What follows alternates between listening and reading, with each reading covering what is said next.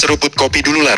Karena kali ini kita bakal bahas wilayah panas yang lagi ramai lagi di perbatasan Laut Indonesia-Malaysia. Yap, Ambalat. Kalau dengar nama Ambalat, pasti langsung kebayang ketegangan lama antara Indonesia dan Malaysia. Dan sekarang, isu itu muncul lagi. Karena kapal patroli Malaysia kembali terlihat aktif di sekitar perairan Ambalat. Ambalat itu bukan sekadar laut biasa. Di bawahnya ada potensi migas besar, jalur strategis, dan secara geopolitik posisinya sangat penting buat Indonesia. Masalahnya, sejak dulu Malaysia kerap mengklaim wilayah ini secara sepihak.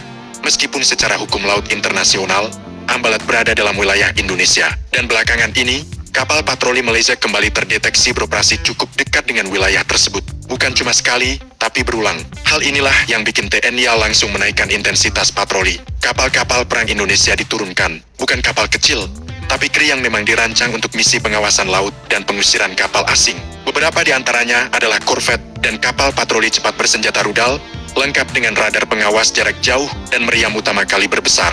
Kalau kita lihat dari video dan foto yang beredar, terlihat jelas kapal TNI AL melakukan manuver bayangan terhadap kapal asing. Ini bukan manuver asal-asalan. Dalam doktrin Angkatan Laut, ini disebut show of force. Artinya, memperlihatkan kehadiran, kekuatan, dan kesiapan tempur tanpa harus menembakkan satu peluru pun.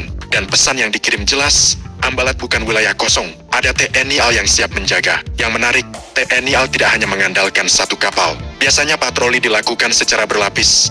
Kapal permukaan, radar pantai, pengawasan udara, hingga pemantauan satelit. Artinya setiap pergerakan kapal asing bisa langsung terdeteksi. Kalau bicara kemampuan, kapal patroli TNI AL saat ini jauh lebih siap dibanding beberapa tahun lalu. Beberapa kapal sudah dilengkapi radar 3D, sistem manajemen tempur modern, meriam otomatis kaliber 76 mm, rudal anti kapal, dan sistem komunikasi tempur terenkripsi. Sementara kapal patroli Malaysia yang sering masuk wilayah sengketa umumnya adalah kapal UPV, yang secara fungsi lebih ke patroli, bukan pertempuran laut intensitas tinggi. Artinya apa? Kalau terjadi eskalasi, Indonesia secara teknis tidak dalam posisi lemah. Tapi tentu saja, TNI AL sangat paham bahwa konflik terbuka bukan tujuan utama. Yang dilakukan sekarang adalah menjaga kedaulatan tanpa memancing perang.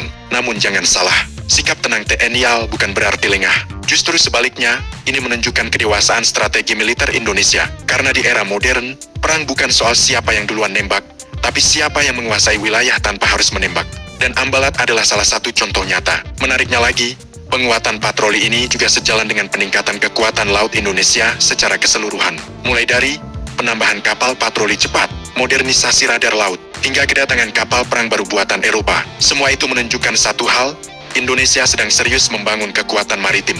Bukan untuk menyerang, tapi untuk memastikan tidak ada satupun pihak yang berani macam-macam di wilayah kita. Karena kalau sudah bicara kedaulatan, TNI AL bukan kaleng-kaleng. Penutup, jadi jelas yaler, Ambalat bukan wilayah abu-abu, bukan juga laut bebas yang bisa dimasuki seenaknya. Selama merah putih masih berkibar di buritan kri, selama itu juga Ambalat akan tetap dijaga. Dan kalau menurut kalian, apakah ketegangan ini bakal terus berlanjut? Atau justru jadi bukti bahwa kekuatan laut Indonesia makin disegani? Tulis pendapat kalian di kolom komentar. Dan seperti biasa, jangan lupa subscribe, like, dan komen di bawah sambil ngopi.